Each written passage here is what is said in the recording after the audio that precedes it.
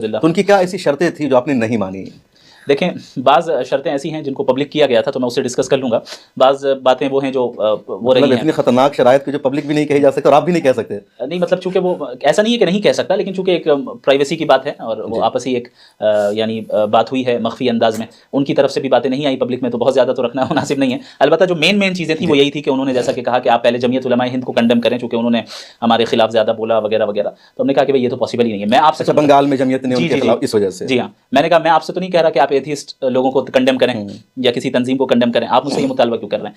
भाई जमीयत की अपनी तारीख है, उनकी अपनी खिदमात हैं, वो हमारी तंजीम है, हम कैसे उनको कंडेम करें? हाँ, हो सकता है कि किसी चीज़ में इल्मी इख्तिलाफ हो तो वो अपनी जगह पर है, लेकिन ऐसा नहीं होगा कि हम पूरी की पूरी तंजीम को कंडेम करेंगे। ये तो कोई सवाल नहीं है कि हम ऐसा कर सकें। और फिर उसके बाद जो है उन्होंने ये कहा कि कलकत्ते में ना हो, चूँकि अभी हालात सही नहीं है, और मैं चूँकि मुंबई से हूँ, ये भी मुनासिब नहीं है कि इंसाफ नहीं होगा कि मैं आपको अपने यहाँ बुलाऊँ तो किसी तीसरे शहर में। उन्होंने दिल्ली कहा, मैंने कहा कि भाई हैदराबाद और बेंगलोर देख लें, यहाँ कर लेते हैं।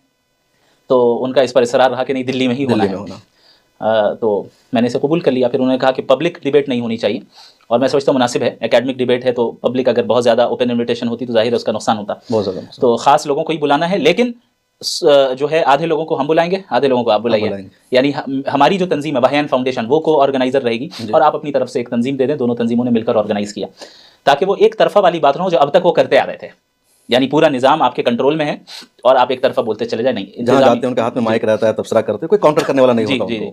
फिर debate format 10 minute, 5 minute, 7 minute, 5 minute. Debate format बड़ा निराला था, यूनिक भी था, पहली मर्तबा लोगों ने देखा भी। तो ये आपने तय किया था या उनकी तरफ से आया था प्रपोजल? इस तरह का प्रपोजल डिबेट फॉर्मेट का मैंने ही दिया था, और उसकी वजह ये है कि अगर वो इस पर इसरार कर रहे थे कि इंटरव्यू स्टाइल हो, मैंने कहा नहीं, इंटरव्यू स्टाइल नहीं होगा। क्योंकि इंटरव्यू स्टाइल होगा तो जाहिर है मुझे बोलने नहीं दिया जाएगा जी, और बहुत सारी यानी फिर वही चीज़ होगी, फिर कोई फायदा नहीं है। मतलब वो टीवी चैनलों के टीवी चैनल के अंदाज में हो जाए, डिस्कशन हो जाए, तो अब मैं एक बात बोल रहा हूँ, आप टोक दे रहे हैं, तो मेरा पूरा मुद्दा तो सामने आ ही नहीं रहा है ना। एंकर उधर चला जाए, तरफदारी करें। दूसरी चीज़, एकेडमिक डिबेट इसी तरह होती है।